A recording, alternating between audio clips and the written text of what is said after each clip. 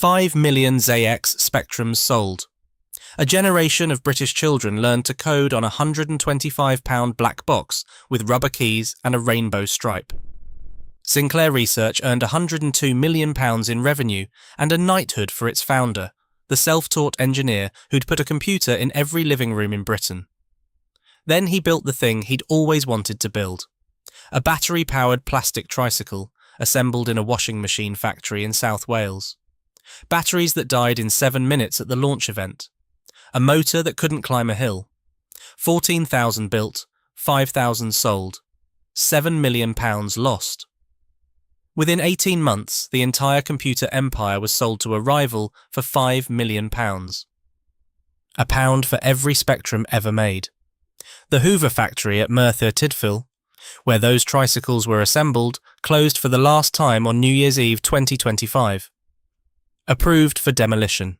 This is the story of how one man gave Britain a computer revolution and then destroyed it with a vehicle the country didn't want. And how that gamble cost a generation its place at the front of the digital age. Not through a single miscalculation. Through the distance between genius and judgment. In a man who could see the future but couldn't stop building it before anyone was ready. Chapter 1. The Boy Who Built a Submarine.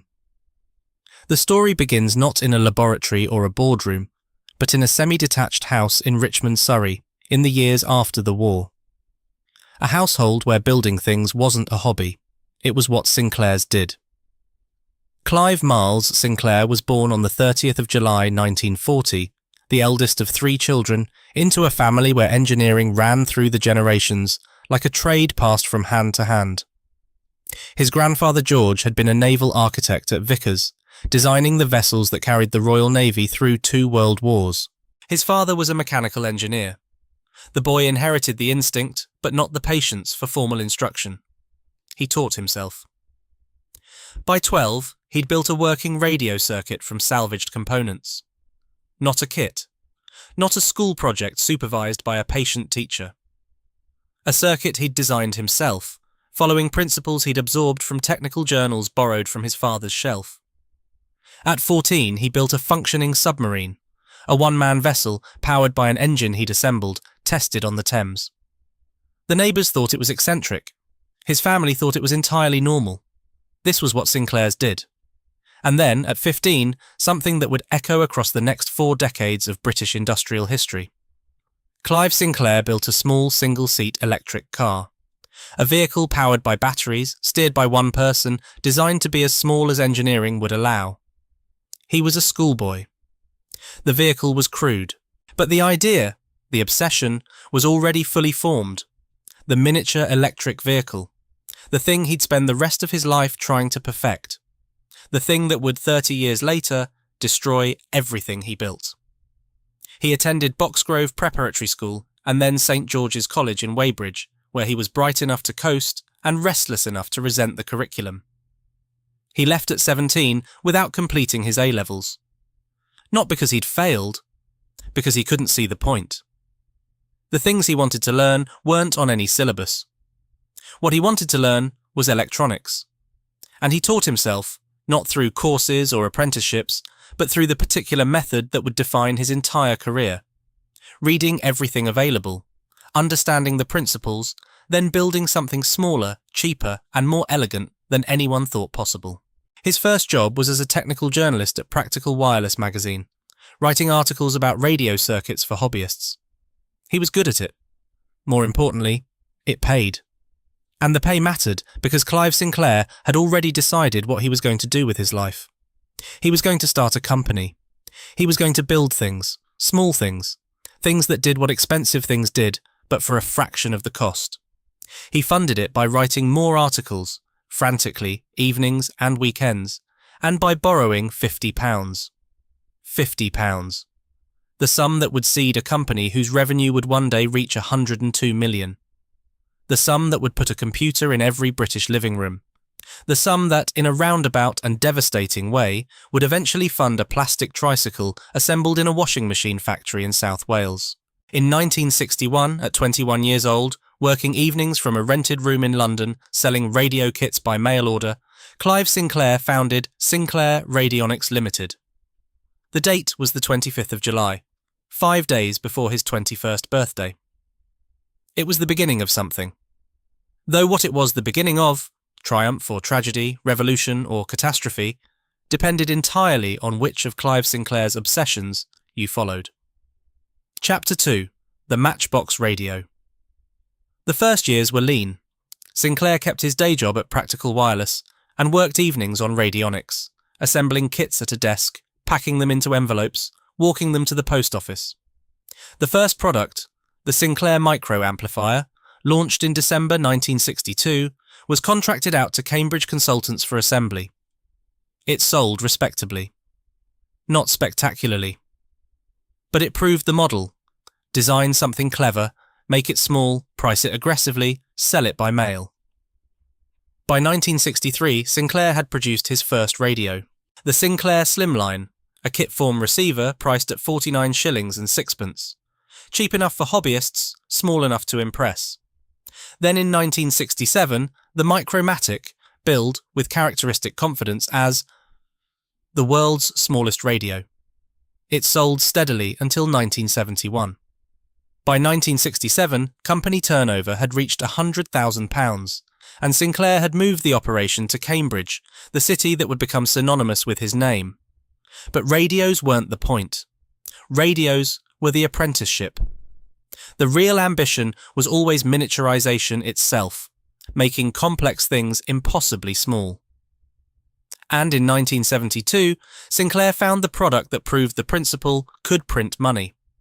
The Sinclair Executive Calculator, the world's first truly pocket-sized electronic calculator, slim enough to fit in a jacket pocket, powered by hearing aid batteries, priced at £79.95. And here was the thing that made Clive Sinclair's eyes light up. The components cost £10. £10 to make. £80 to sell. The margins were extraordinary. The breakthrough belonged to two men whose names would recur throughout this story. Jim Westwood, Sinclair's loyal engineering lieutenant, a shy and brilliant man who preferred to stay out of the limelight, and Chris Curry, Sinclair's protégé and trusted colleague, described by Sinclair's biographer Rodney Dale as a Sinclair acolyte. Westwood and Curry had discovered something remarkable about the Texas Instruments chip at the heart of the calculator. The chip was rated to run at 350 milliwatts. But by pulsing the current, feeding it power in rapid bursts rather than a continuous stream, they found it could operate at just 20 milliwatts. A fraction.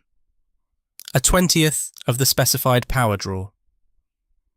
It really was like magic to see those numbers appearing on the display, Westwood recalled. And it was magic of a very specific kind. The kind that made pocket-sized electronics commercially viable. Without that pulsed current trick, the calculator would have needed bigger batteries, a bigger case, a bigger price. With it, Sinclair had the thinnest calculator in the world. The Executive sold over 200,000 units in its first year. It won a Design Council Award in 1973. Sinclair expanded to larger premises in St. Ives. The company was growing, the products were winning awards, and the press was beginning to notice the thin, bald, bespectacled man from Cambridge who seemed to have a gift for making things smaller than anyone else could manage. But here's what matters about this period, and what the press mostly missed. Clive Sinclair's central ambition was never calculators. It wasn't even radios. As early as 1966, he'd exhibited a prototype pocket television at a trade fair. A television small enough to hold in your hand. That was the dream. That was where the miniaturist's obsession was always pointing. Computers, when they came, would be a detour, the most consequential detour in British technology history, but a detour nonetheless. Sinclair's heart belonged to the pocket screen, and beyond the pocket screen to the electric vehicle he'd been building since he was 15. The calculator profits funded the next wave of ambition. And ambition, with Clive Sinclair, always outran the resources available to support it. This was his genius. It was also, as the next 3 years would demonstrate, his most dangerous quality. Chris Curry watched all of this from close quarters. He understood Sinclair's brilliance. He also understood, perhaps earlier than anyone else, the particular risk that came with it. The conviction that being right about the destination meant you couldn't be wrong about the route. Curry filed the observation away. He'd need it later. Chapter 3. The Black Watch and the Lifeboat. In 1975, Sinclair built a digital wristwatch. He called it the Black Watch. It was, by any measure, a disaster. The watch was inaccurate. The battery life was abysmal. The cases were difficult to service. Demand outstripped supply, and the units that did ship generated a torrent of complaints. Sinclair Radionics posted its first financial loss in the 1975-76 accounts. The pattern that would repeat itself across the next decade, a brilliant concept rushed to market before the engineering was ready, established itself here, in a wristwatch that couldn't reliably tell the time. The loss was severe enough to attract outside intervention. In 1976, the National Enterprise Board, the government body charged with supporting struggling British companies, bought a 43% stake in Sinclair Radionics for £650,000.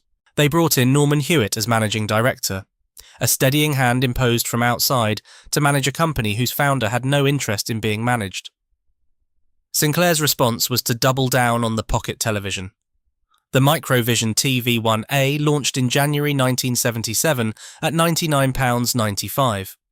It used a flattened cathode ray tube, an engineering novelty certainly, but the picture was poor, the price was too high, and retailers couldn't shift them. 12,000 unsold units, a £480,000 loss on a single product line. The NEB increased its stake to 73%. By 1979, the patience ran out. The National Enterprise Board broke up Sinclair Radionics. The calculator division went to ESL Bristol, the television operation to Binatone. Clive Sinclair, the founder, the inventor, the man who'd built the company from a £50 loan, received a £10,000 golden handshake. £10,000. The NEB wrote off an estimated $7 million in investment. The first Sinclair empire was over. But Clive Sinclair had seen it coming, and he'd built a lifeboat. While Radionics was sinking, Sinclair had instructed Chris Curry to set up a new company, quietly, separately, using a different name. Science of Cambridge Limited was incorporated in July 1977. It was the escape vessel, the corporate equivalent of a man calmly inflating a life raft while the ship listed beneath him. And it was Curry, not Sinclair, who spotted the product that would point the lifeboat towards land. In 1978, Curry proposed the MK14, a simple microprocessor kit. A circuit board with an LED display, a keypad, a Zilog processor. Basic, functional, priced at £40. Sinclair saw limited potential in it. A hobbyist's toy, nothing more. Curry saw the future. 10,000 MK14 kits sold in weeks. Not months. Weeks. There was a hunger out there. A market of hobbyists and tinkerers and self-taught engineers, not unlike Sinclair himself, desperate for affordable access to microprocessor technology. The MK14 proved that market existed. It proved there were people who would buy a computer if it were cheap enough. Sinclair, to his credit, recognized the signal when the sales figures landed on his desk. The pivot began. Science of Cambridge would become a computer company. But Curry wouldn't be there to see it through. The relationship between the two men had been fraying. Curry was ambitious, capable, and increasingly frustrated by Sinclair's autocratic management style. In 1978, he left. He walked out of the company he'd helped to build, the lifeboat he'd helped to launch, and co-founded Acorn Computers with Hermann Hauser, an Austrian-born physicist with money and ambition of his own. The first time Sinclair saw an advertisement for Acorn's System 75, he knew exactly what had happened. His most trusted colleague, his acolyte, had become his direct competitor. The betrayal, as Sinclair saw it, was personal. Curry had taken what he'd learned inside Sinclair's operation and turned it against him.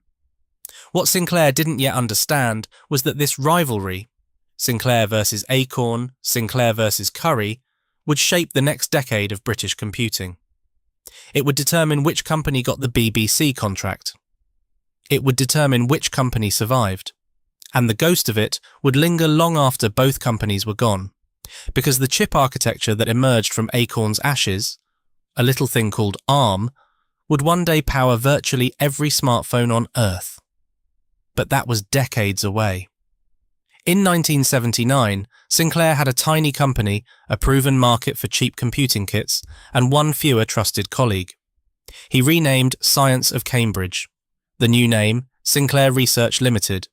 The date, March 1981. The mission, build the cheapest computer in Britain. He was about to succeed beyond anything he'd imagined, and the success would be his undoing. Chapter 4. Under £100. The ZX80 arrived on the 29th of January 1980, and it arrived with a price that made the rest of the industry blink. £99.95 in kit form. £139.95 assembled. The first personal computer available in Britain for under £100. It wasn't powerful. It wasn't elegant. It used a Z80A processor, had a single kilobyte of RAM connected to a television for its display, and stored programs on ordinary cassette tapes. The keyboard was a flat membrane, cheap to produce, miserable to type on. The screen flickered and blanked every time you pressed a key. None of that mattered. What mattered was the price. £100. In 1980, the average weekly wage in Britain was around £120. For the first time, a working family could buy a computer without saving for months. Sinclair had done what he'd always done, taken something expensive and made it impossibly cheap. Over 100,000 ZX80s sold, 60% of them exported. The machine found its way to America, to Europe, to anywhere people wanted to understand what a computer was. But Sinclair wasn't satisfied. £100 was good. Under 100 was better. And the way to get there was the same principle that had made the executive calculator possible. Radical engineering reduction. Fewer components, fewer chips, fewer parts to buy, to solder, to fail. Jim Westwood, still there, still loyal, still the quiet genius turning Sinclair's ambitions into working circuits, teamed up with a young engineer named Richard Altwasser. Together, they designed a custom chip called a ULA, an uncommitted logic array, that condensed 18 separate discrete components into a single piece of silicon. 18 chips became one. The parts count collapsed. The cost collapsed with it. And the heat generation dropped, which meant a smaller case, which meant less plastic, which meant less cost again. It was engineering elegance of the highest order, the kind of reduction that looks obvious only after someone's done it. The result was the ZX81. Launched in March 1981, £69.95 in kit form, £99.95 assembled. It looked like nothing else on the market, a black wedge with a flat membrane keyboard designed to be cheap, small and unmistakable. Over 1.5 million sold worldwide. It won a Design Council Award in 1982.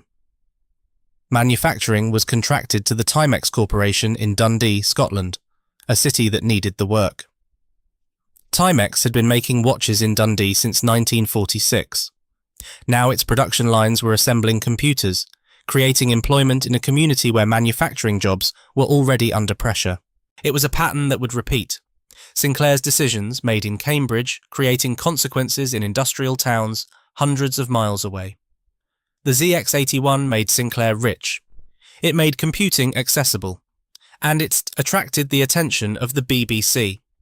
In 1981, the British Broadcasting Corporation announced the Computer Literacy Project, an ambitious public education initiative designed to introduce the nation to microcomputers.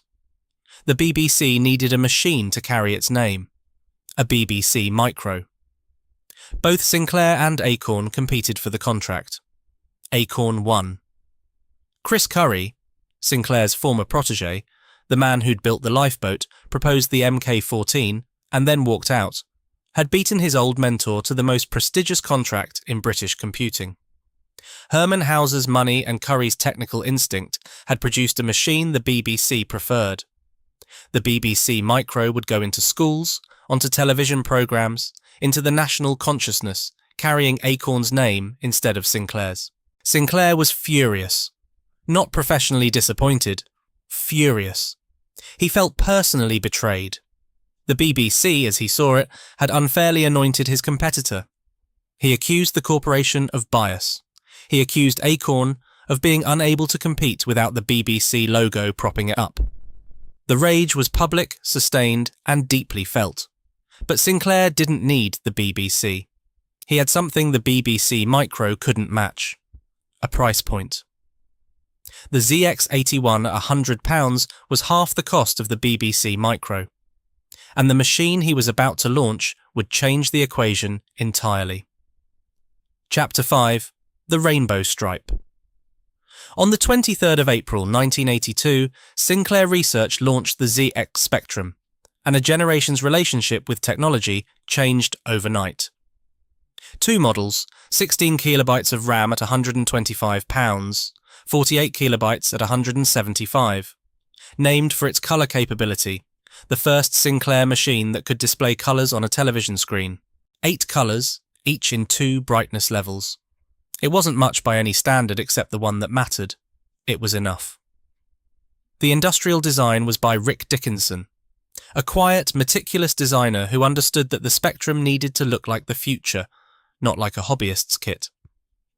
What he created became iconic. A black case, slightly curved, with a rainbow stripe running across the lower right corner. The stripe was a flourish, unnecessary, technically meaningless, instantly recognisable. It said, "This machine does colour," and it said it with a confidence that belied the modest engineering underneath. Because the engineering was modest, and deliberately so.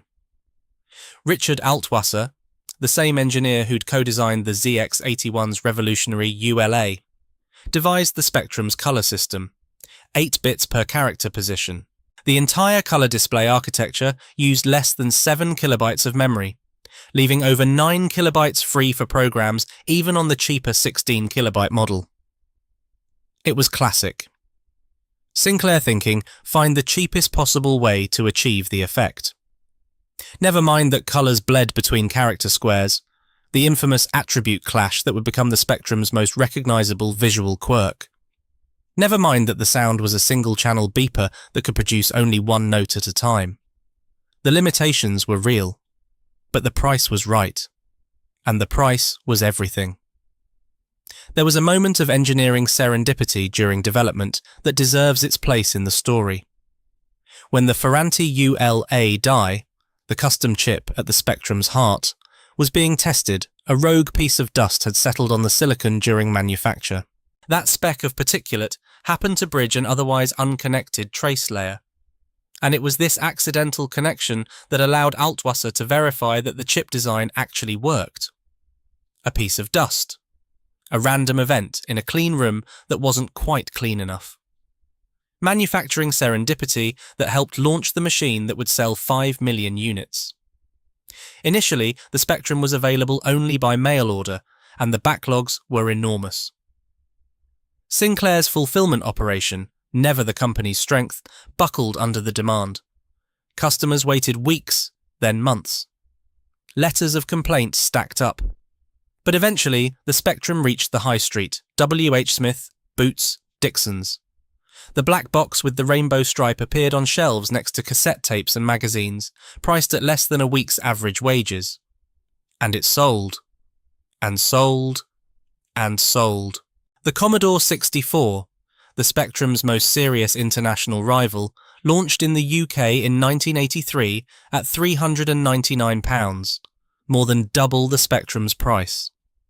Jack Tramiel's machine was more powerful in several respects, but in Britain, where household budgets were tighter and the Spectrum had a 12-month head start, the price gap was decisive. The Spectrum dominated the UK home computing market by a margin that Commodore never closed. Over its lifetime, more than 5 million ZX Spectrums were sold. Over 24,000 software titles were published for it. Those numbers are worth pausing on, not for the revenue they represented to Sinclair Research, though that was considerable, but for what they meant to a generation of British children. Because the Spectrum didn't just play games, it taught people to make them. The machine booted into Sinclair Basic, a programming language accessible enough that a 12-year-old could write a working program within an hour of unboxing the machine. The rubber keyboard, each key mapped to up to 6 functions, covered in cryptic coloured text, was a map of the language itself. Press a key and a basic command appeared on screen, so load, save, print, go to, run. The machine was an invitation. Try something. See what happens. Make it do what you want.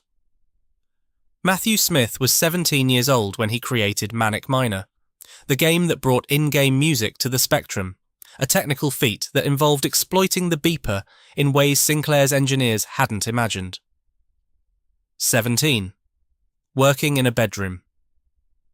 He became one of the first gaming celebrities in British history, recognised at computer fairs, profiled in magazines, a teenager whose name appeared on the loading screen of a game played by millions. Tim and Chris Stamper, two brothers from Ashby-de-la-Zouch in Leicestershire, founded Ultimate Play the Game and produced Spectrum titles that pushed the hardware beyond what anyone thought possible. Sabre Wolf, Night Law. Games that used techniques so advanced that rivals assumed they'd found a way to modify the hardware itself. They hadn't. They'd simply understood it more deeply than anyone else. Ultimate Play the Game would eventually become Rare, the studio behind GoldenEye 007, behind Donkey Kong Country, and Microsoft would buy the company in 2002 for $375 million. Its origin was two brothers writing code for a machine that cost £125. Philip and Andrew Oliver, the Oliver twins, were 13 years old when their older brother brought home a ZX81. It was like he'd arrived with a portal into a different world, Philip recalled. By 16, they were writing a game a month for the Spectrum. They went on to create the Dizzy series for Codemasters, the company founded by Richard and David Darling, another pair of brothers who'd seen the Spectrum and understood instantly what it meant. By 1984, Britain's home video game market was worth £200 million, and almost all of it had grown from the Spectrum's ecosystem. The bedroom coder revolution. Teenagers writing software in their bedrooms, recording it onto cassette tapes, posting it to software houses, and receiving checks in return. Some of those checks were life-changing. Most were modest. But the act of creation, of making a machine do something it hadn't done before, of seeing your name on a loading screen, that was the transformation. The Spectrum didn't just create a market. It created a generation of engineers, designers, and entrepreneurs who would build Britain's digital economy over the next 4 decades. And the man who made all of this possible, the man whose obsession with smallness and cheapness had put a computer into the hands of millions, didn't much care for computers himself. Clive Sinclair preferred pen and paper. He didn't play the games. He didn't write the code. The machine that transformed a generation was, for its creator, a means to an end, a revenue stream to fund the things he really cared about, the pocket television, and the electric vehicle, the thing he'd been building since he was 15 years old. Chapter 6. Dead Flesh Keys and Loading Screens.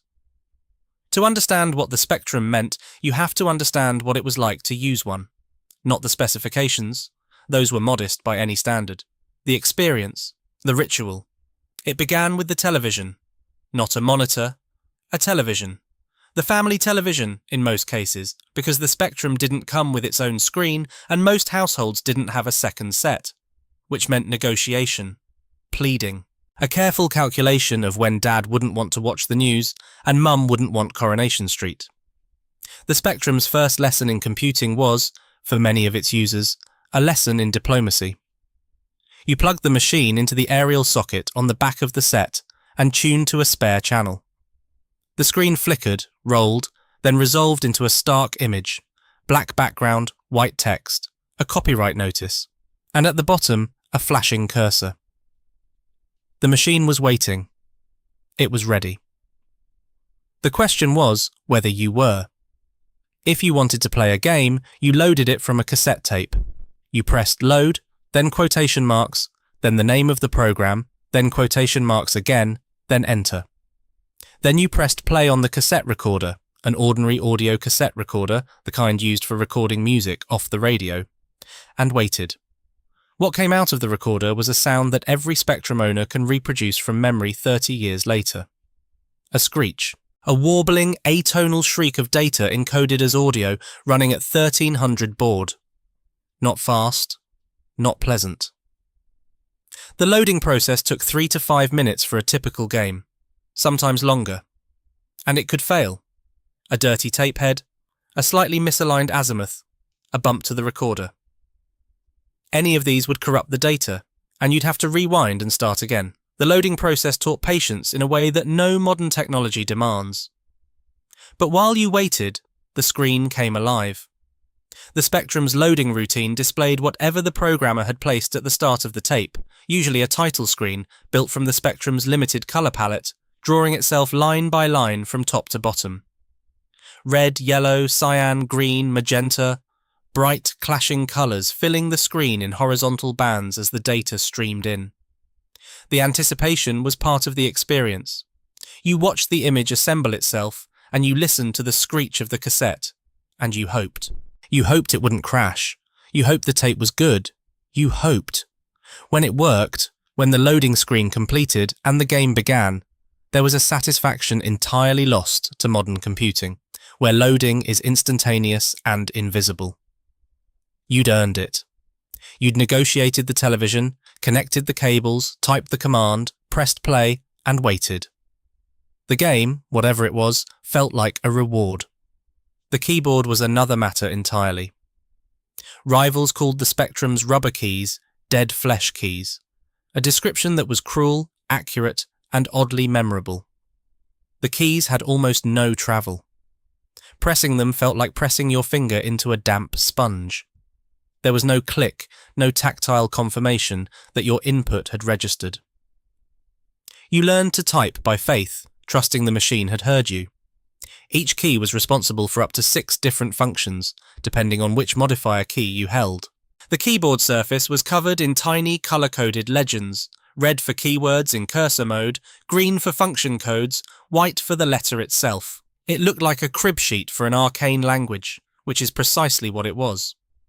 Sinclair Basic's entire vocabulary was mapped to 40 keys, and learning to navigate that map was the first step toward learning to program. The sound, a single-channel beeper producing square waves, was a limitation that became a creative challenge. The Spectrum had no dedicated sound chip. It had a speaker connected directly to the processor, which meant that playing sound required the processor's full attention.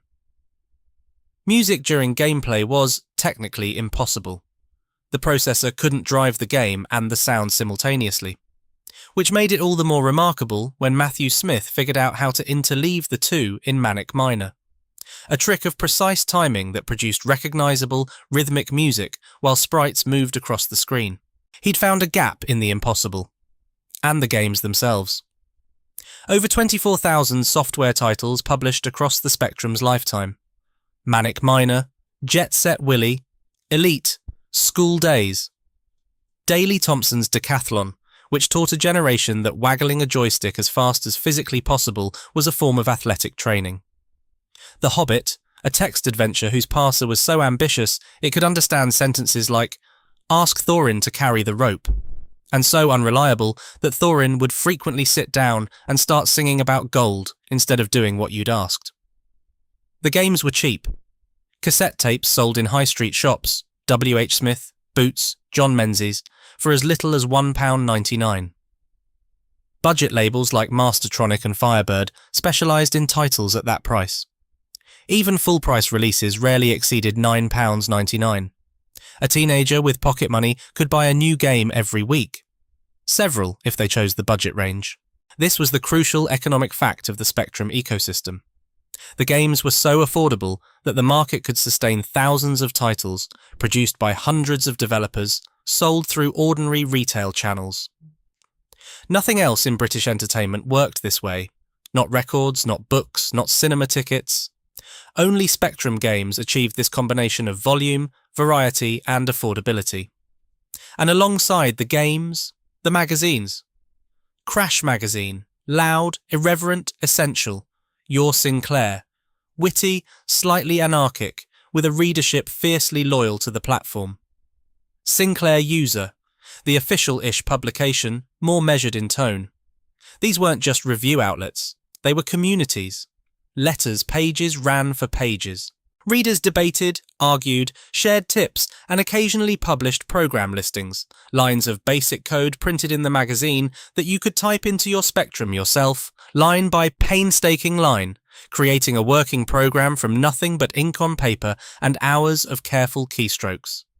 Rod Cousins, who would later lead Codemasters and then Jagex, recalled the atmosphere of the era with a single word that captured its energy. The vibe in the computer industry at the time was something akin to a revolution. It was. And revolutions are made by people who don't know they're in one until it's over. Chapter 7. The Bedroom Coders. The revolution happened in bedrooms, not offices, not laboratories, not research departments funded by government grants. Bedrooms.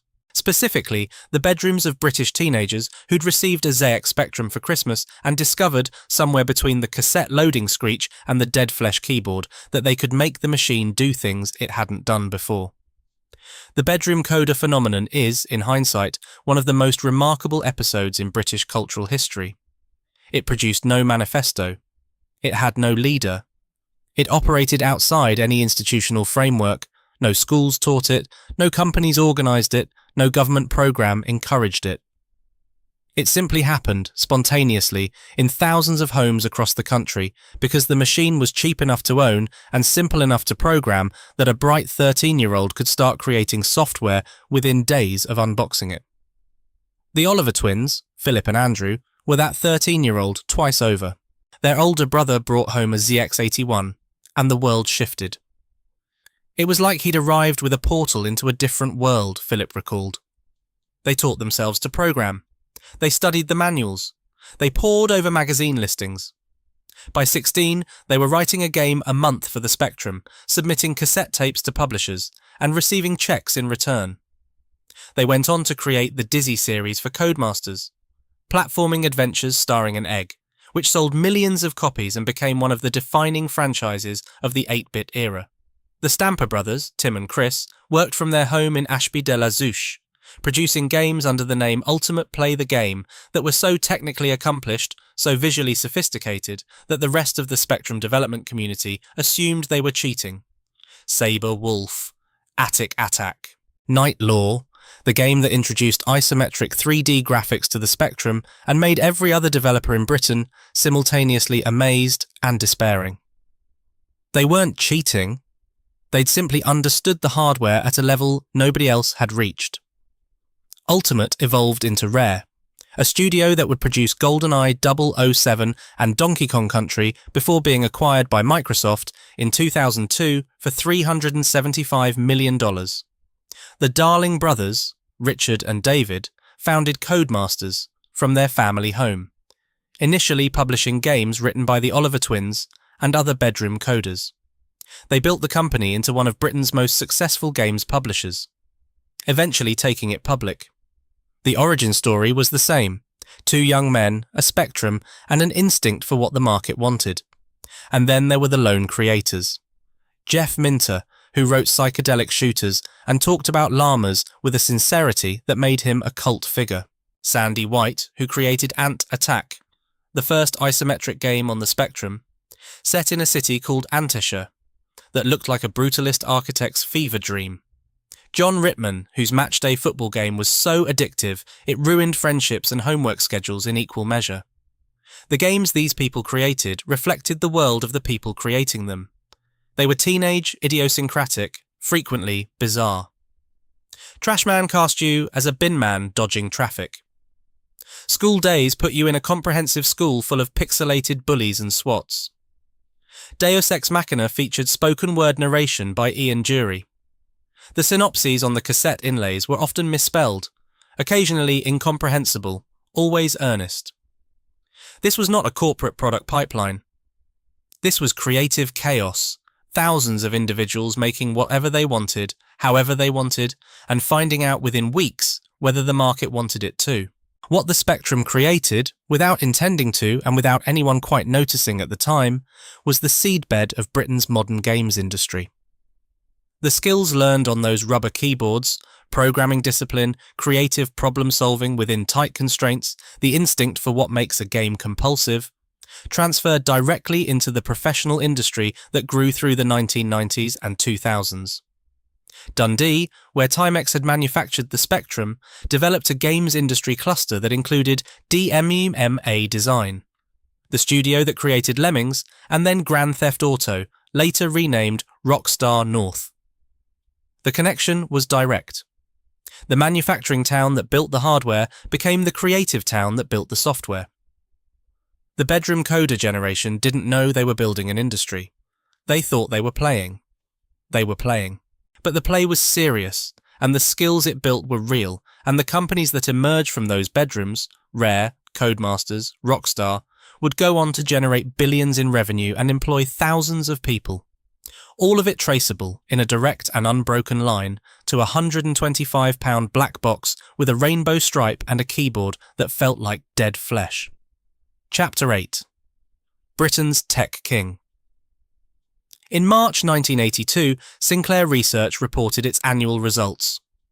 £8,550,000 in profit on £27,170,000 in turnover. For a consumer electronics company operating from Cambridge with a lean workforce and no manufacturing of its own, these were extraordinary numbers. The margins were remarkable. The trajectory was vertical. Sinclair Research was now Britain's leading consumer electronics company. The ZX Spectrum was the dominant home computer in the UK, outselling everything else on the market by a factor that made competitors nervous and investors giddy. Revenue would climb, by the mid-80s, to a peak of £102 million. The numbers were big enough to transform a company that had been a scrappy mail-order operation just 5 years earlier into a household name. And at the centre of it, on the magazine covers, on the television chat shows, at the industry conferences, was Clive Sinclair. Thin, bald, bespectacled, slightly otherworldly. A man who looked more like a retired physics teacher than the head of Britain's hottest technology company. He gave interviews with the measured confidence of someone who believed, with complete sincerity, that he was seeing the future more clearly than anyone around him. Which, in 1982 and 1983, he was. In June 1983, the birthday honours list was published. Clive Sinclair was awarded a knighthood for services to the British personal computer industry. He was 43 years old. Sir Clive, the man who'd started with £50 and a mail-order radio kit, was now a Knight of the Realm, recognised by the Crown for giving Britain a computer revolution. He used the money and the reputation to expand in every direction simultaneously. In 1982, he purchased the Barker & Wadsworth mineral water bottling factory at 25 Willis Road, Cambridge, and converted it into Sinclair Research's headquarters, a fitting address for a company that had outgrown every previous office in the city.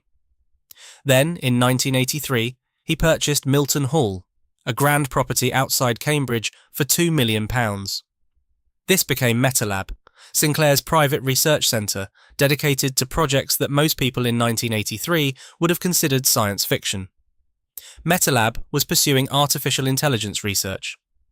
In 1983, 4 decades before ChatGPT, before large language models, before AI became the defining technology story of the 2000s, a research lab in a country house outside Cambridge was exploring machine intelligence funded by ZX Spectrum profits.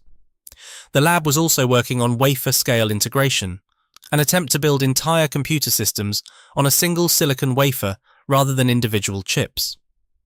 Ambitious, visionary, expensive, and entirely characteristic of a man who saw further than almost anyone else in British technology, but who couldn't always distinguish between seeing the future and being able to build it. The export markets were opening too. In February 1982, the Timex Corporation, already manufacturing the Spectrum in Dundee, licensed the right to market Sinclair computers in the United States under the Timex Sinclair brand. The TS-1000, an American version of the ZX-81, launched in July 1982. Sinclair machines reached Europe in growing numbers. Spain, in particular, became a Spectrum stronghold. The machine dominated the Spanish home computing market in a way that mirrored its UK dominance. Later, through officially licensed versions and unlicensed clones, the Spectrum's influence spread deep into the Eastern Bloc, where its simplicity and adaptability made it the computer of choice for a generation of programmers in Russia, Hungary, and Czechoslovakia who would later build their own technology industries. Running the business day-to-day was Nigel Searle, Sinclair Research's managing director, the operational brain behind the scenes. Searle handled the logistics, the supplier relationships, the distribution deals, the unglamorous but essential work of keeping a rapidly growing company functional. Sinclair handled the vision. The division of labour suited both men, though Searle was notably absent from most public accounts of the company, overshadowed, as most people were, by the force of Sinclair's personality and the magnetism of his public image. Sinclair's public persona was by now fully formed. The eccentric genius. The British boffin who democratized computing. Chairman of British Mensa from 1980 to 1997. Because of course he was. He was a fixture on television, in newspapers, in the public imagination. A national treasure in the particular British tradition of the brilliant oddball.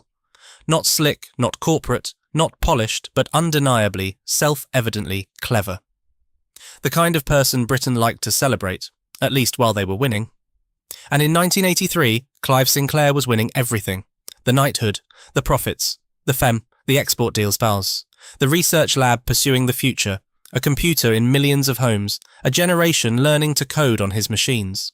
But there was something the press profiles didn't mention, something the admiring features overlooked, something that Sinclair's closest colleagues understood, but the public didn't.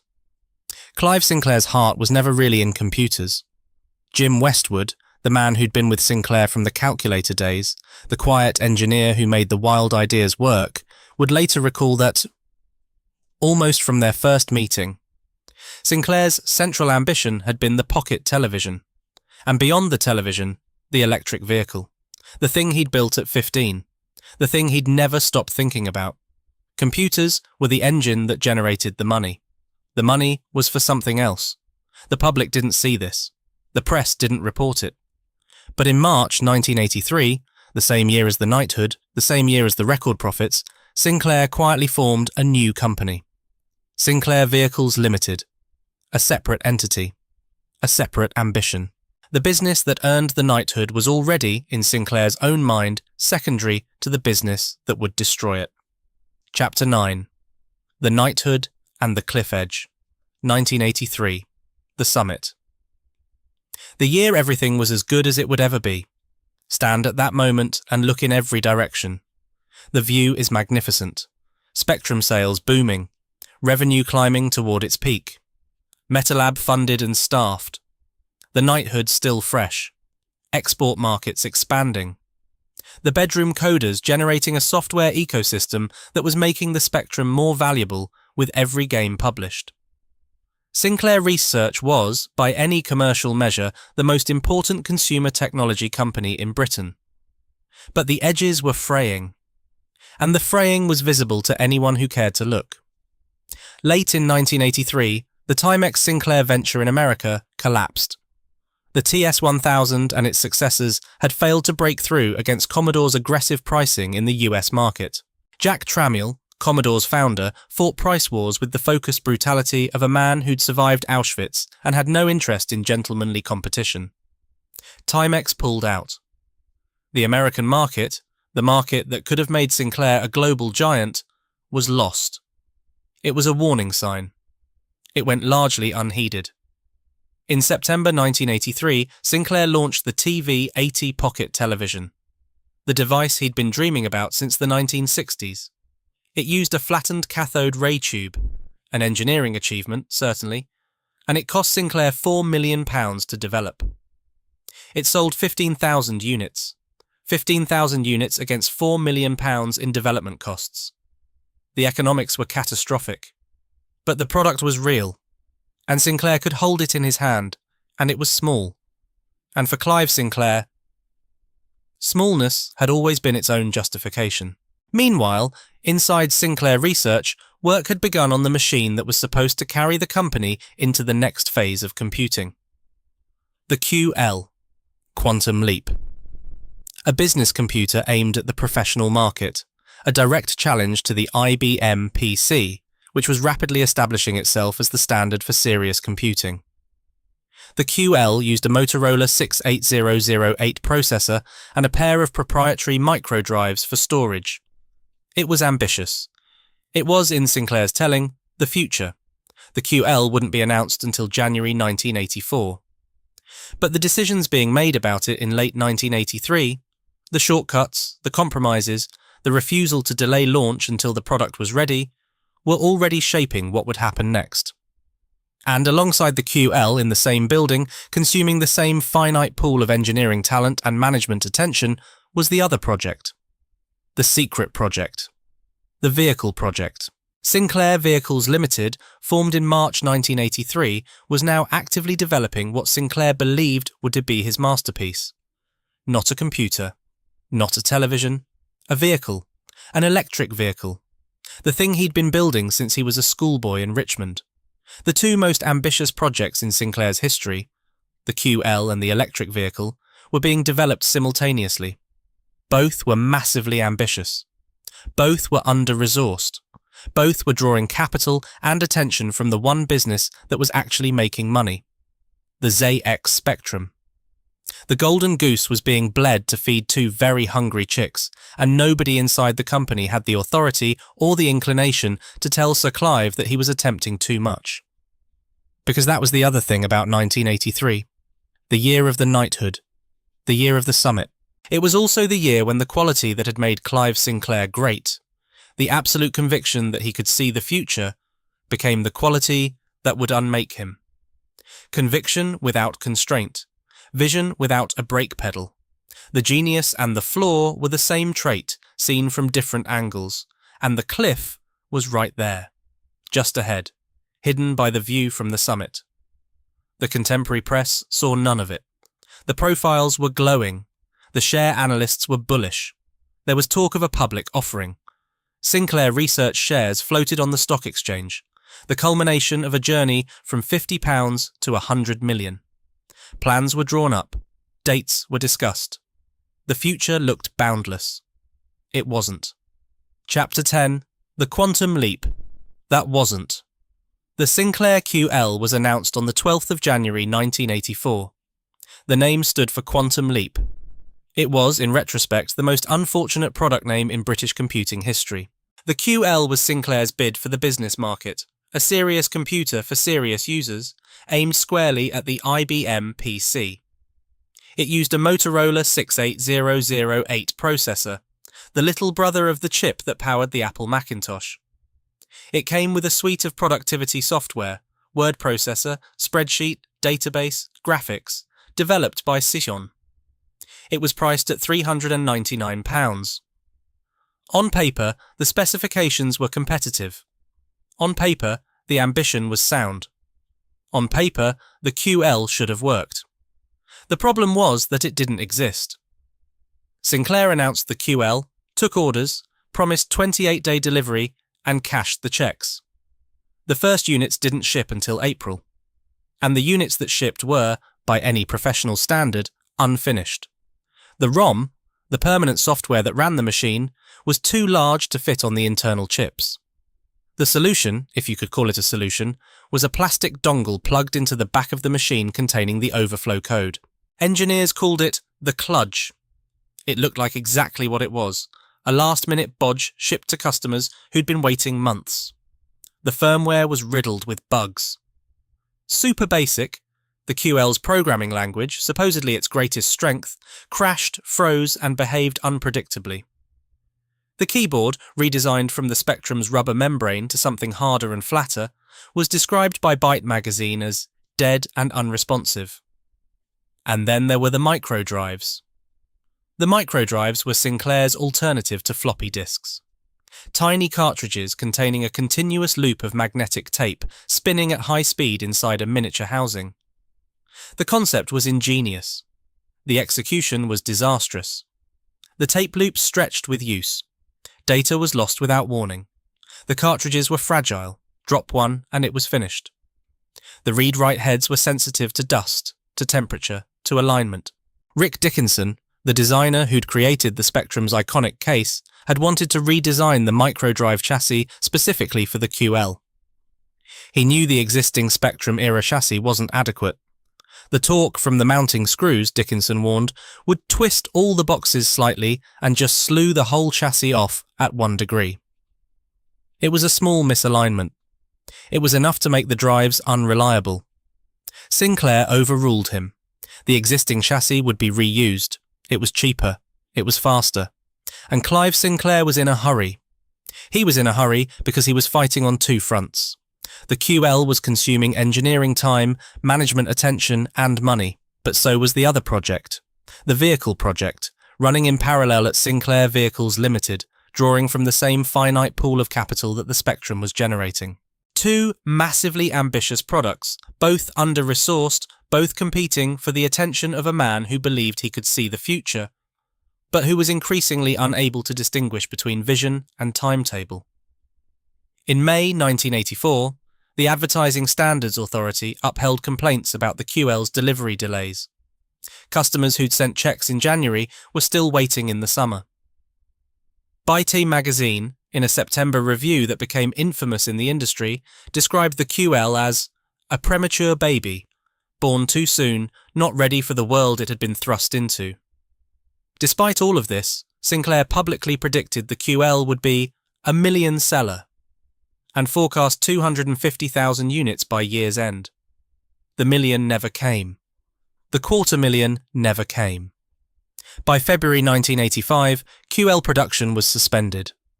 The price was halved by the end of the year in a desperate attempt to clear stock. The business computing market had already coalesced around the IBM PC standard, and the QL, buggy, late, saddled with unreliable storage, never had a chance of breaking that hold. The QL wasn't the only warning sign. In October 1984, Sinclair launched the Spectrum Plus, essentially the existing Spectrum 48K, repackaged in a new case with a QL-style keyboard. The upgrade was cosmetic, not technical. Retailers, anticipating strong Christmas demand, ordered heavily. The demand didn't materialize. Unsold Spectrum Plus units stacked up in warehouses. And because Sinclair's revenue depended on new orders from retailers, the income from the Spectrum, the company's only reliable money, dipped alarmingly in January 1985. The timing could not have been worse, because January 1985 was when the other shoe dropped. The home computer market itself was contracting. The gold rush of 1982 and 1983 was over. Multiple British computer companies had already entered receivership: Oric, Dragon Data, others whose names have been largely forgotten. Even Acorn, Sinclair's great rival, was in serious financial trouble, rescued only by an Italian investor named Olivetti. The entire ecosystem that had sustained the Spectrum's dominance was cooling, and Sinclair Research, stretched across computers, pocket televisions, AI research, wafer-scale integration, and a secret electric vehicle, was exposed to every draft. The board of Sinclair Research knew the QL was failing. The retailers knew the Spectrum Plus was overstocked. The accountants could see the revenue curve bending downward. But none of this mattered to Clive Sinclair as much as the thing that happened next. The thing that had been building in a washing machine factory in South Wales for the past 2 years. The thing he'd been waiting to show the world since he was 15 years old. Chapter 11. The Washing Machine Factory. The obsession was older than the company. Older than the computers, the calculators, the radios. Clive Sinclair had built a small electric car at 15. He'd thought about electric vehicles for decades. He'd sketched designs, considered motors, imagined a future where personal transport was small, electric, and affordable. Computers had made him rich. Computers had made him famous. But computers were never the point. The vehicle was the point. Everything else was prologue. The project had a formal beginning in 1979, when Sinclair hired Tony Wood Rogers, a former radionics colleague, as a consultant on what was then called the C1. The original concept was a small electric car. Ogle Design, the consultancy that had styled the Reliant Scimitar, was commissioned for the bodywork. But the C1 ran into the same problem that every small electric vehicle in the early 1980s ran into. The batteries were too heavy, the range was too short, and the regulations were too restrictive. In 1980, the British government abolished road tax for electric vehicles, a small encouragement. Then in 1983, a piece of legislation changed the equation entirely. The government, partly at the lobbying of bicycle manufacturer Raleigh, passed regulations allowing electrically assisted 2- and 3-wheeled vehicles on UK roads without a driving licence, without registration, without insurance. There were constraints. The motor was limited to 250 watts. The vehicle couldn't exceed 60 kilograms. The top speed was capped at 15 miles per hour. These constraints would define the vehicles Sinclair built, and they would, ultimately, define its failure. Sinclair Vehicles Limited was formed in March 1983. To fund it, Sinclair raised £12 million by selling shares in Sinclair Radionics Properties. Over £8 million was dedicated to the vehicle project. This was not a small side experiment.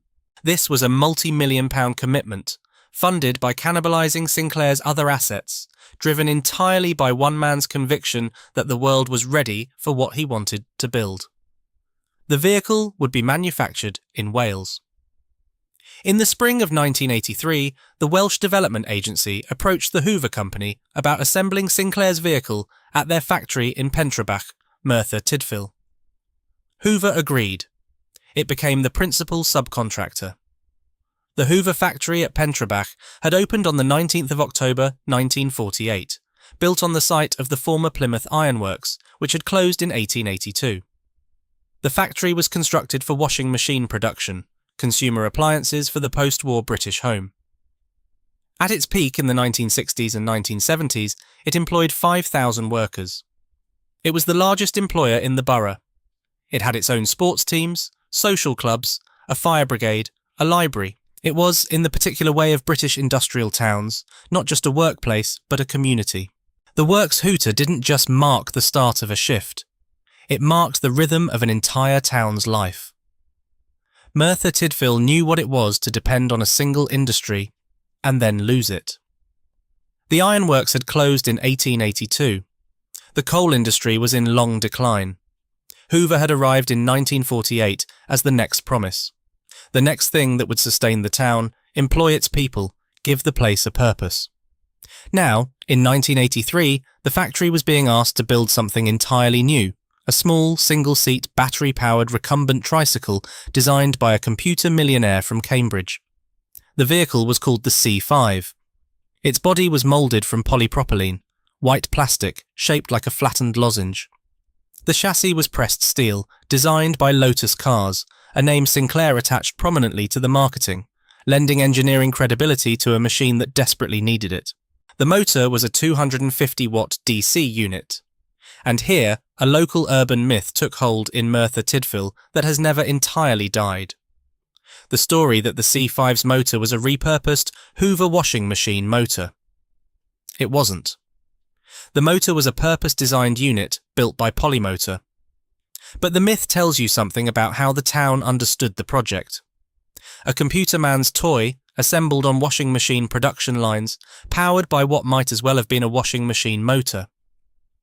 The folklore carried its own truth. Hoover's engineers were thorough. They tested processes by assembling, dismantling, and reassembling 100 C5s before committing to full production. When production began in November 1984, each line could produce 50 vehicles per hour. Capacity was 8,000 C5s per week. The projections were staggering. 100,000 units in the first year, 500,000 after that. Numbers that would have rivaled Ford's car production lines. Numbers built on the assumption that Britain, cold, wet, hilly Britain, was ready to commute in an open-topped plastic tricycle with a top speed of 15 miles per hour. By early January 1985, over 2,500 C5s had been manufactured. 14,000 had been built and boxed before a single member of the public had driven one. 14,000. Stacked in the Hoover factory, ready to ship, waiting for a launch that hadn't happened yet. The director of Primary Contact, the advertising agency handling the C5 account, would later admit that the project had continued to prototype stage purely on the convictions of Sir Clive. Nobody could tell him no. Nobody had the authority. Nobody had the nerve. The man had a knighthood. He'd put a computer in every living room. If he said the electric vehicle was the future, who were you to disagree? Gus Desbaratz, the designer who'd reshaped the C5's bodywork, was more blunt. Speaking at the 40th anniversary in 2025, he said what he'd thought for decades. The configuration is all wrong. The position of the rider is low and exposed. If Clive had done a moped, I think it would have probably hit its numbers. He hadn't done a moped. He'd done the C5. And on the 10th of January 1985, he was going to show it to the world. Chapter 12. The Hill at Alexandra Palace. The launch was held at Alexandra Palace in North London. A glitzy press event in the Pavilion, a temporary structure erected in the East Court car park. Promotional materials everywhere. Magazines, hats, pullovers, t-shirts, keyrings, sun visors, badges, mugs, bags. There was even a C5 video game. The event was designed to project confidence, excitement, the dawn of a new era in personal transport. 6 C5s burst out of cardboard boxes driven by models, who toured an indoor demonstration track to applause and flashbulbs. Then the press were given the machines to drive outside. It was January. It was cold. And Alexandra Palace sits on a hill. The journalist Richard Kennedy, covering the event for a technology publication, described what happened next as an unqualified disaster.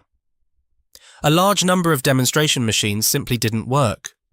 The Sunday Times reporter had travelled 5 yards outdoors when, as he wrote, everything went foot, and this motorised plastic lozenge rolled to a halt.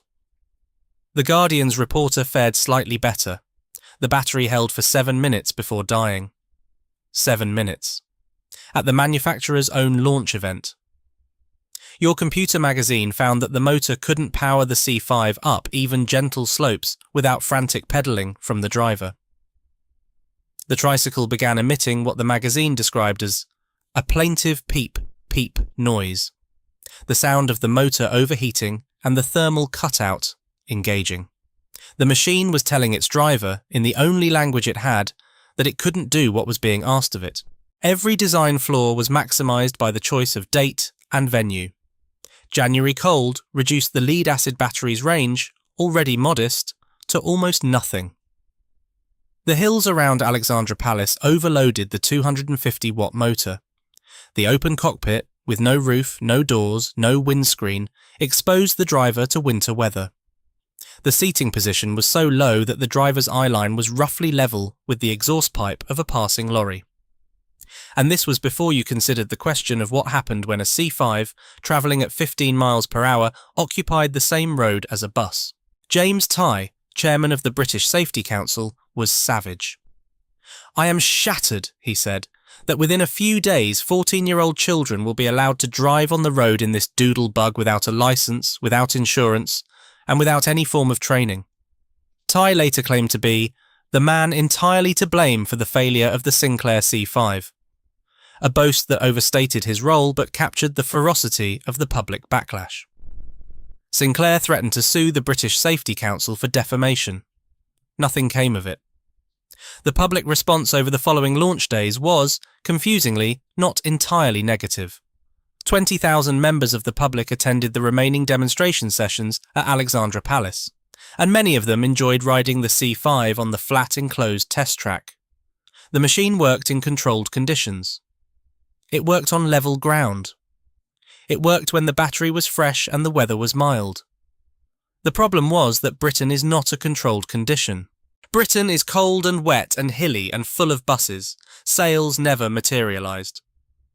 By launch, only around 200 C5s had actually been sold to end customers. Production continued briefly, then halted for 3 weeks after faulty plastic moulding was discovered in the gearbox housing. 100 Hoover workers were shifted from the C5 production line to repair returned units. When production resumed, the rate had collapsed from 1,000 units per week to 100. 90 workers were transferred back to washing machine lines. The dream was already dying. Over 3,000 unsold C5s piled up at the Hoover factory. Sinclair attempted to open overseas markets. The Dutch National Transport Service rejected the C5 without improvements. Most countries demanded modifications that Sinclair couldn't afford. By September 1985, C5s were being sold off at £139, a third of the original price, and still nobody wanted them. Production was terminated in August 1985. 14,000 C5s had been assembled. Approximately 5,000 were sold, and that figure includes units dumped at clearance prices and shipped to export houses at a fraction of their cost. The gap between what Sinclair had projected and what actually happened was not a shortfall. It was a chasm. In June 1985, Hoover obtained a writ against Sinclair vehicles for £1.5 million in unpaid debts. By mid-August, Hoover publicly announced it had ceased C5 production. In September, Sinclair Vehicles quietly changed its name to TPD Limited, the initials standing for nothing in particular, the corporate equivalent of a man changing his name after a scandal. The total loss on the C5, approximately £7 million. £7 million gone into polypropylene bodies and lead-acid batteries and 250-watt motors that couldn't climb a hill. Sinclair's personal fortune was diminished but not eliminated. What was eliminated was something more important: confidence. Investor confidence. Public confidence. The confidence of the banks. The planned IPO for Sinclair Research, the share offering that would have crowned the company's success, had been set for March 1985. It was postponed indefinitely. No investor would touch Sinclair's name after the C5. In May, Sinclair announced he needed £10 to £15 million to restructure Sinclair Research. He couldn't find it.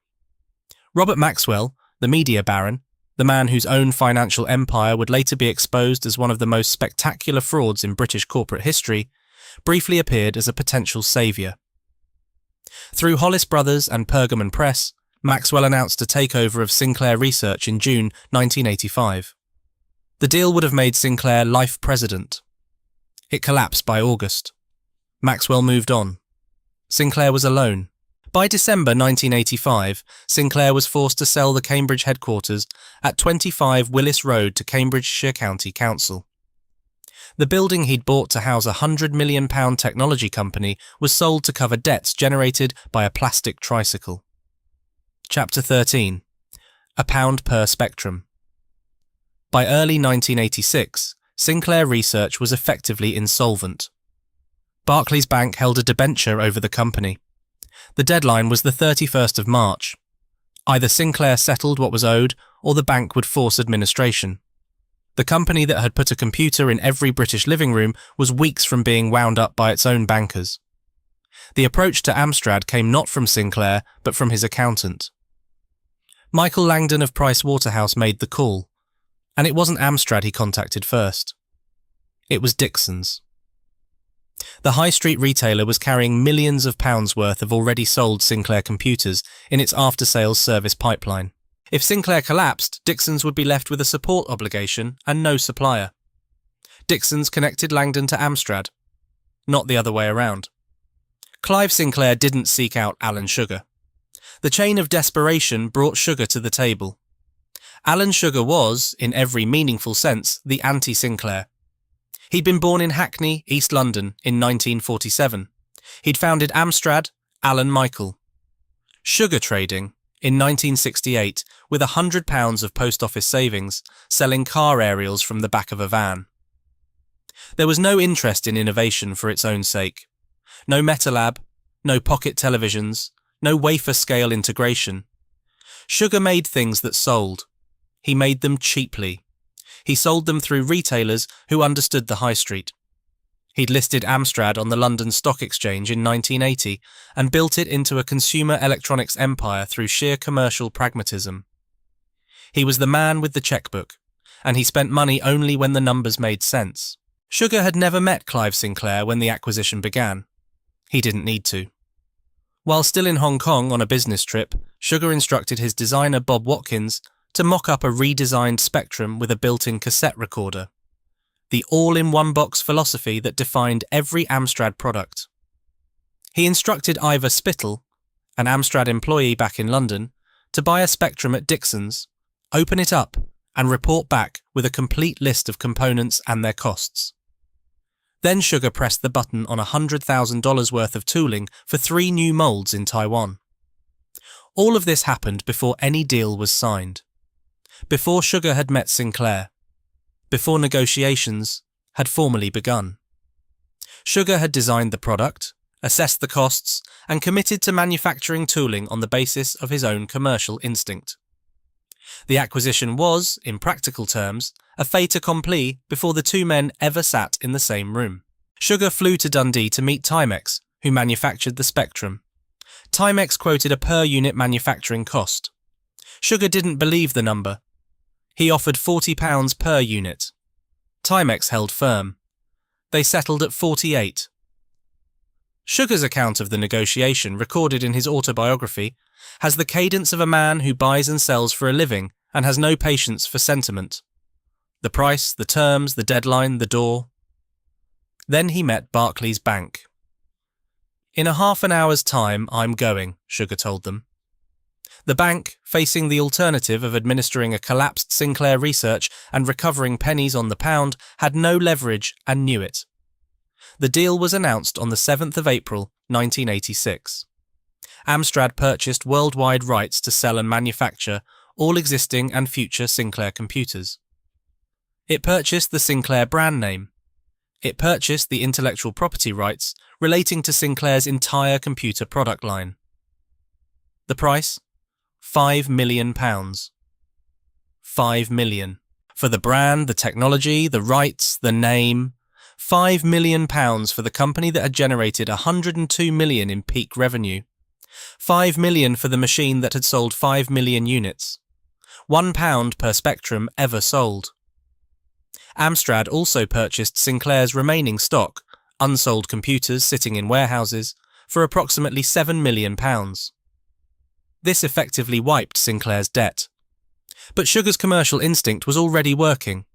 He rapidly dumped the surplus, 20,000 QLs, 17,048 K Spectrums, 14,016 K Spectrums, all sold to an export house called PST for a rumoured £2.6 million.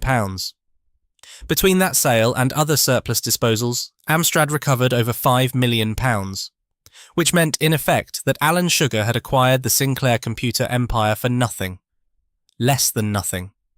The surplus stock sales alone covered the purchase price. At the press conference, Sugar was characteristically blunt. He'd previously referred to Spectrums as pregnant calculators. Now, as their owner, he was more diplomatic. He acknowledged that Sinclair has dominated the entertainment market in Europe. His real interest, he explained, was the games console market. Nintendo had sold 9 million consoles in Japan, and Sugar saw the Spectrum brand as a vehicle to enter that market. Crash magazine, the voice of the Spectrum community, ran an editorial that cut through the corporate language. It was a case of take Amstrad's money or go into receivership, by all accounts, except Sir Clive's. Sinclair kept the corporate entity. Sinclair Research Limited still existed as a company, with Sinclair as its sole meaningful employee. But the computers were gone. The brand was gone. The revenue was gone. What remained was a shell. A name on a letterhead. A man at a desk. Amstrad released the ZX Spectrum Plus 2, a redesigned Spectrum with a built-in tape drive following the all-in-one box philosophy that had made Amstrad successful. Then the Plus 3, with a floppy disk drive. Both sold well. Amstrad captured approximately 60% of the UK home computer market by volume. The Spectrum continued under new ownership until the early 1990s. But it wasn't the same machine. It wasn't the same story. The thing that had made the Spectrum matter, the combination of radical engineering, aggressive pricing, and the sheer creative chaos of the bedroom coder ecosystem, belonged to an era that ended on the 7th of April 1986, when a computer millionaire from Cambridge signed his life's work over to an aerial salesman from Hackney for the price of a modest house in the home counties. Chapter 14. The Quiet Hulk by the Taff. The C5 production had occupied a brief moment in the Hoover factory's much longer decline. The washing machine lines continued after the plastic tricycles were cleared away. But the trajectory was already set. The factory that had employed 5,000 workers at its peak was shrinking, year by year, shift by shift. In 1992, another disaster struck, not from Cambridge this time, but from Hoover's own marketing department. The company launched a promotion offering 2 free return flights to Europe or America, with any Hoover purchase over £100. The offer was insanely generous. 200,000 people qualified. Hoover couldn't deliver the flights. The cost exceeded £20 million. The executives responsible, Michael Gilby and Brian Webb, were sacked. But the damage was done. Another humiliation. Another blow to a factory that had already absorbed the C5 debacle.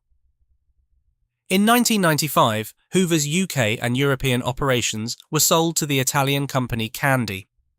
Staff numbers continued to fall through the 90s and the 2000s. In 2002, a fire disrupted production. In 2004, 130 workers were cut, and the remaining workforce went on strike. A final act of defiance that changed nothing.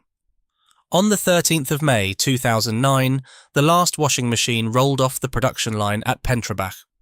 61 years after the factory opened, 337 workers received their P45s.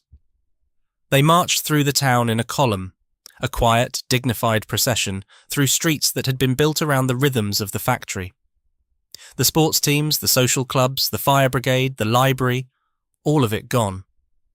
A community that had organised itself around one employer for 6 decades, reduced to 337 redundancy letters. The factory didn't die immediately. It became a warehouse. Boxes instead of production lines. A fraction of the workforce. In 2019, Hoover was acquired by the Chinese company Haier. In 2024, Haier announced the withdrawal of all remaining operations from Pentrabach. 45 warehouse jobs lost. Gerald Jones, the local MP, and Dawn Bowden, the member of the Senedd, received the withdrawal letter. End of an era, the press reported.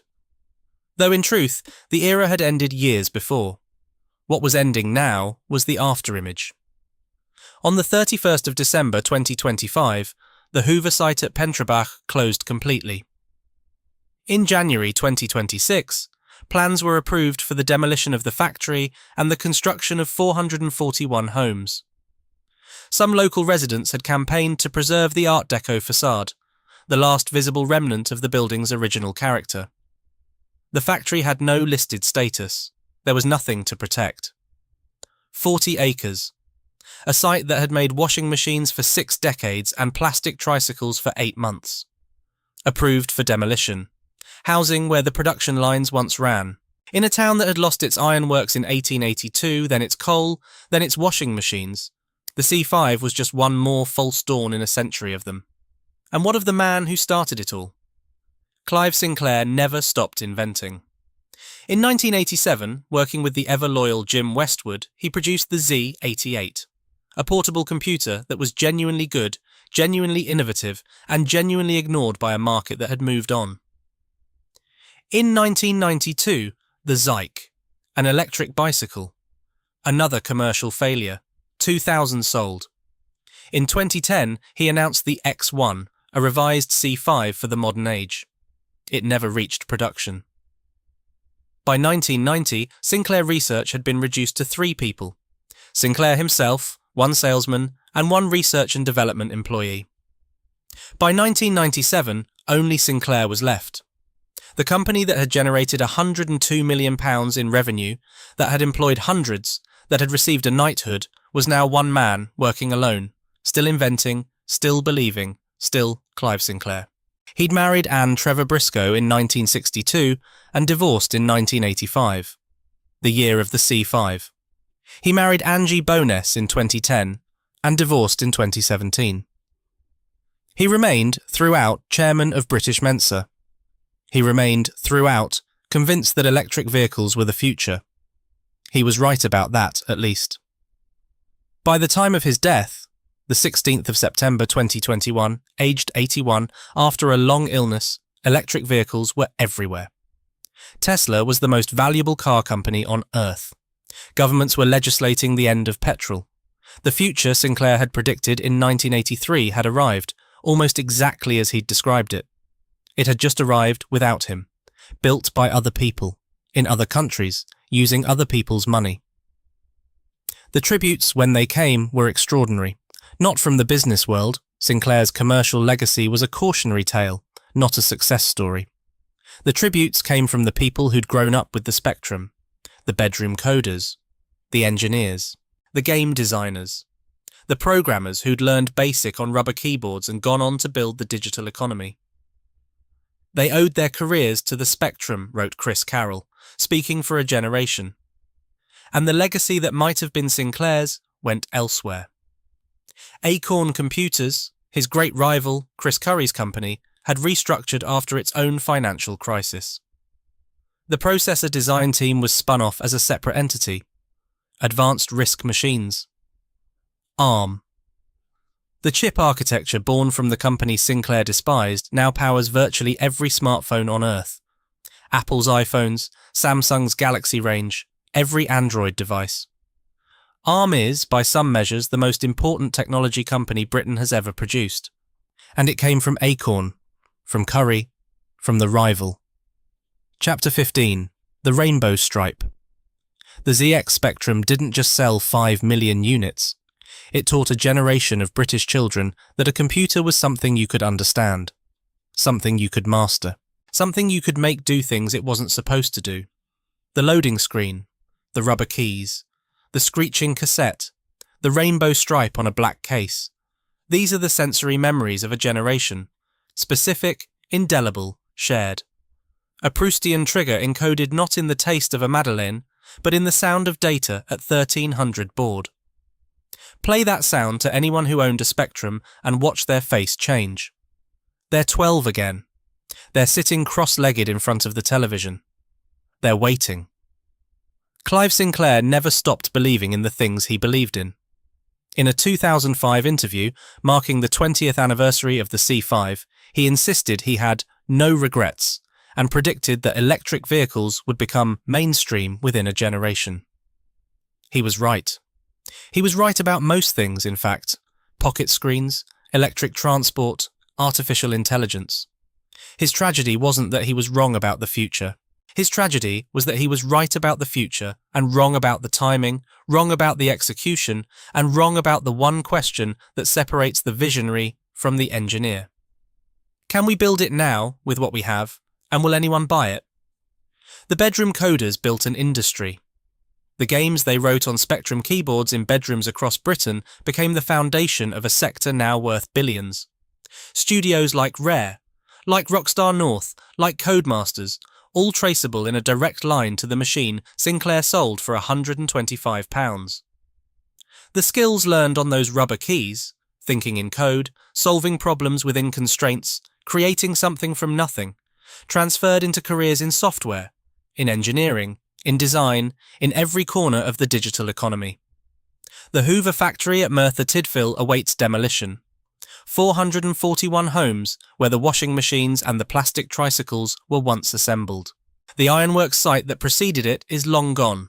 The coal that preceded that is long gone. The pattern is old, and Merthyr knows it by heart. Brian Griffin, a C5 enthusiast who organised a 40th anniversary gathering at Alexandra Palace in January 2025, brought 15 C5s to the original launch site. They drove them around the car park where the press had watched the batteries die 4 decades earlier. Some had been modified with lithium-ion batteries, modern chemistry solving the problem that lead-acid chemistry couldn't. Collectors now pay £3,000 to £6,000 for an original C5. The national joke has become a collector's item. Time does that.